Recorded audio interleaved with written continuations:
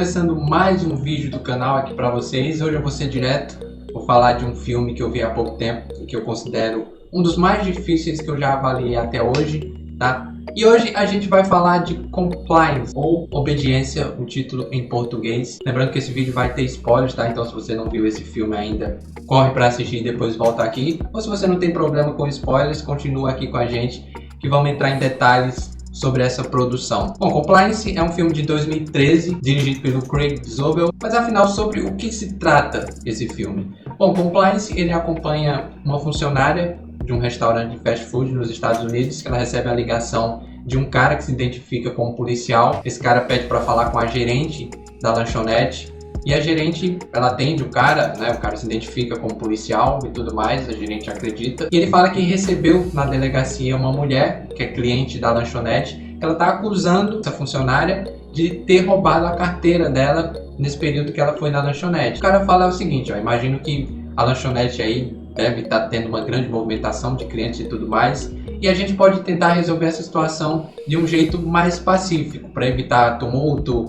Talvez você mesmo não queira que a gente envie uma viatura aí para conduzir a sua funcionária até aqui a delegacia e não causar nenhum tipo de constrangimento, nenhum tipo de situação embaraçosa, para deixar a imagem do restaurante de uma forma mais limpa, né, para evitar todo o tumulto. A gente pode tentar simplificar. Você mesmo pode conduzir a sua funcionária até um lugar mais reservado, depósito da lanchonete, e você mesmo pode revistar ela seguindo as instruções aqui que eu vou passar para você por telefone. Tá, a gerente, né, tentando justamente evitar esse tipo de situação, ela acaba chamando a funcionária, leva ela até o depósito da lanchonete, e lá ela explica a situação. Olha, você está sendo acusada de ter roubado uma cliente, e aqui eu estou falando com o delegado, o policial por telefone, e ele pede para eu revistar você, para a gente evitar um tumulto, de enviarem uma viatura para cá, para você ser conduzida até a delegacia e tudo. E a menina nega, fala que nunca, jamais iria roubar, né, ainda mais no local de trabalho dela, e de certa forma a gerente até acredita naquilo que ela está falando. Só que para evitar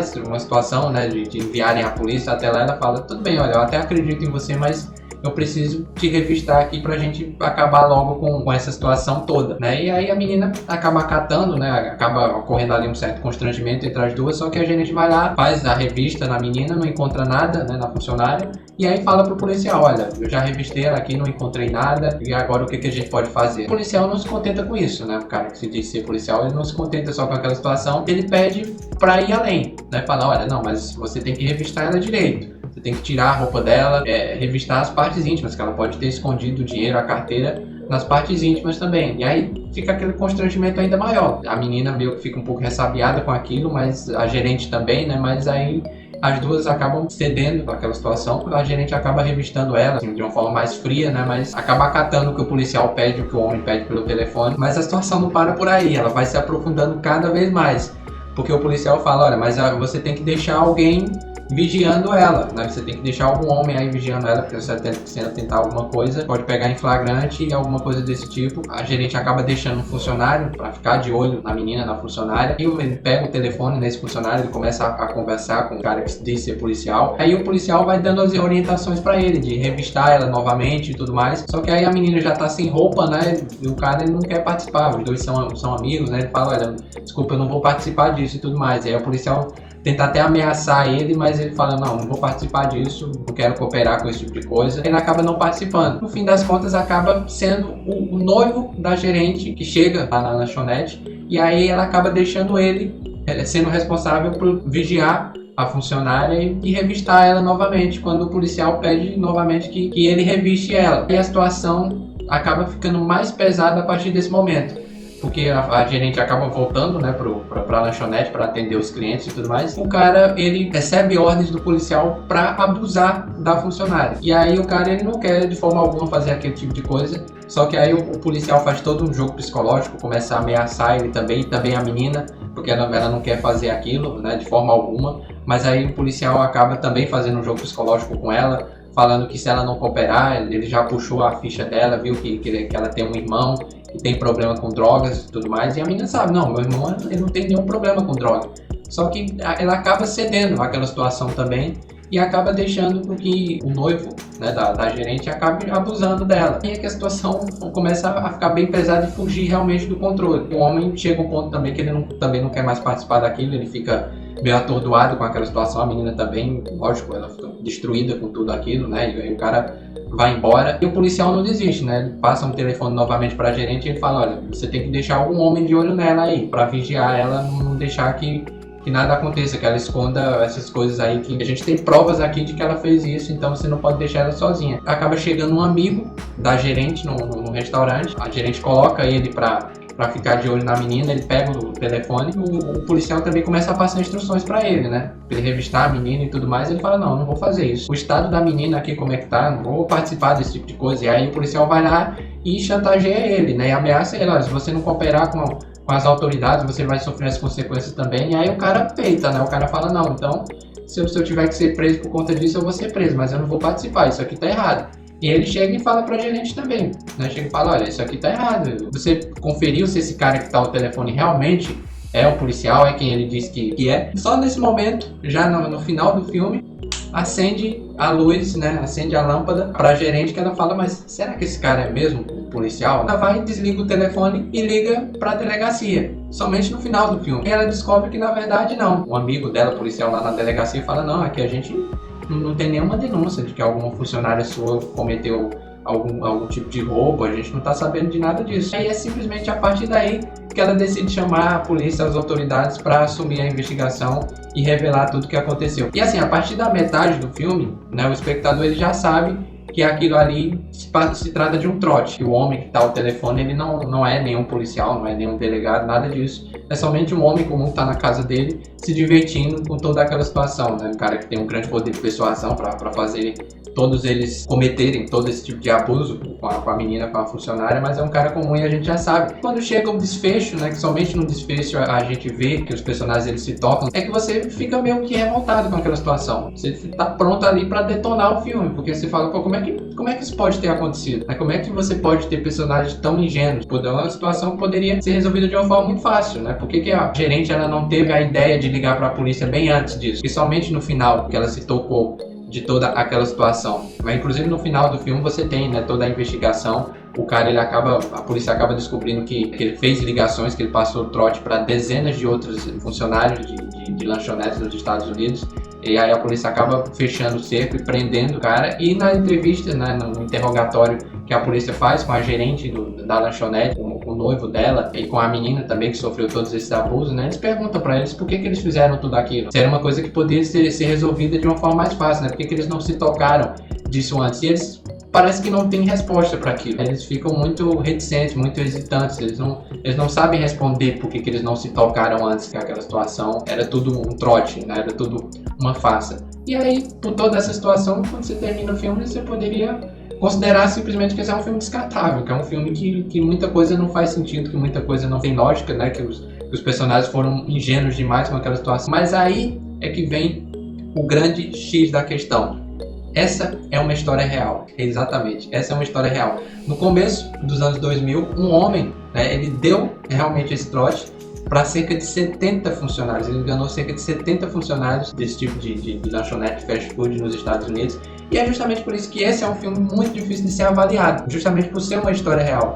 Porque se você levasse em conta apenas a ficção, você veria como um filme descartável, né? Como aqueles filmes de terror, né? Que a gente detona justamente por isso, porque geralmente tem aqueles personagens que são ingênuos demais, que tomam as piores decisões possíveis, né? E você para e você fala, pô, isso aqui não faz sentido nenhum, né? Mas a partir do momento que você sabe que a história desse filme é real e que praticamente tudo que é retratado ali aconteceu de verdade, aí já muda a avaliação. Porque por mais ingênuo que seja, você sabe que teve pessoas ali que realmente tomaram aquela decisão na vida real, né? E assim, o que pode ter acontecido também, tanto no filme como na vida real, é que as pessoas envolvidas acataram tudo aquilo, né? Tendo a consciência de que havia realmente um abuso de autoridade, mas acreditando que o cara que estava ao telefone era realmente um policial, sabendo, né, que ele estava se divertindo com toda aquela situação, mas eles acataram tudo aquilo com medo de serem perseguidos ou de sofrerem represálias, né, daquela autoridade,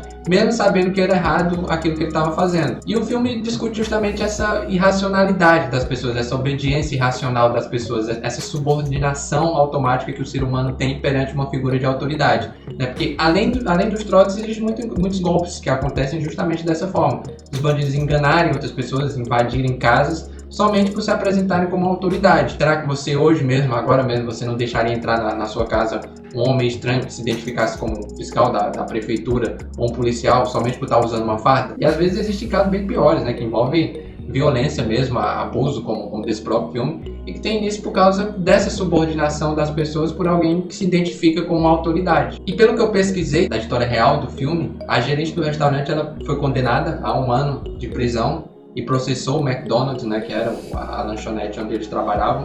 Ela processou alegando que não foi orientada da melhor forma sobre esse tipo de situação para lidar melhor com a funcionária, e ela acabou também terminando o relacionamento dela com o noivo, né, depois do ocorrido. Tudo foi filmado, né, por câmeras de segurança, a polícia teve acesso às imagens e ela também viu as imagens e acabou terminando com o noivo. O noivo dela foi condenado a 5 anos de prisão por ter abusado da funcionária, mesmo que tenha sido, né, orientado por uma pessoa que ele acreditava ser uma autoridade, um policial. Ele acabou sendo condenado. E a funcionária foi vítima de toda essa situação. Ela acabou, óbvio, tendo alguns traumas por tudo que aconteceu, mas também processou o McDonald's, que é engraçado que o McDonald's chegou a recorrer, falando que ela podia ainda ter fugido daquela situação, mesmo a menina sem roupa, em toda aquela situação ali, né, acreditando que estava falando realmente com a autoridade. O McDonald's chegou a recorrer, falando que ela podia ter fugido, podia não ter acatado tudo aquilo.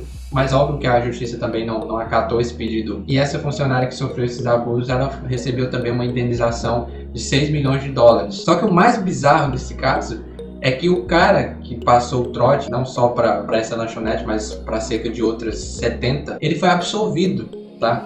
Por essas acusações, porque ele alegou que ele não tinha controle da situação, né? E não estava lá presencialmente para forçar as pessoas a fazerem tudo aquilo. Né, e que a única coisa que ele fez foi falar o telefone, e que as pessoas obedeceram porque quiseram. Dá pra acreditar nisso? Então é isso, pessoal. Queria só trazer essa história aqui pra vocês, esse caso bizarro, né, pra ilustrar melhor pra vocês também como é difícil avaliar um filme sabendo, né, de uma história que a gente critica muitas vezes quando você vai fazer algum tipo de avaliação, algum review ou crítica sobre algum filme. A gente muitas vezes critica a irracionalidade de alguns personagens, algumas decisões que não seriam reais, né, que não estariam de acordo com a realidade, alguma decisão idiota de algum personagem. A gente muitas vezes detona um filme, tira nota do filme de acordo com atitudes desse tipo de personagem. E esse é um filme que ele é dúbio justamente por isso, porque você tem situações que seriam apropriadas justamente para isso, para você detonar o filme, alegando que muita coisa não teria lógica pelas atitudes dos personagens, mas a partir do momento que você sabe que a história é real,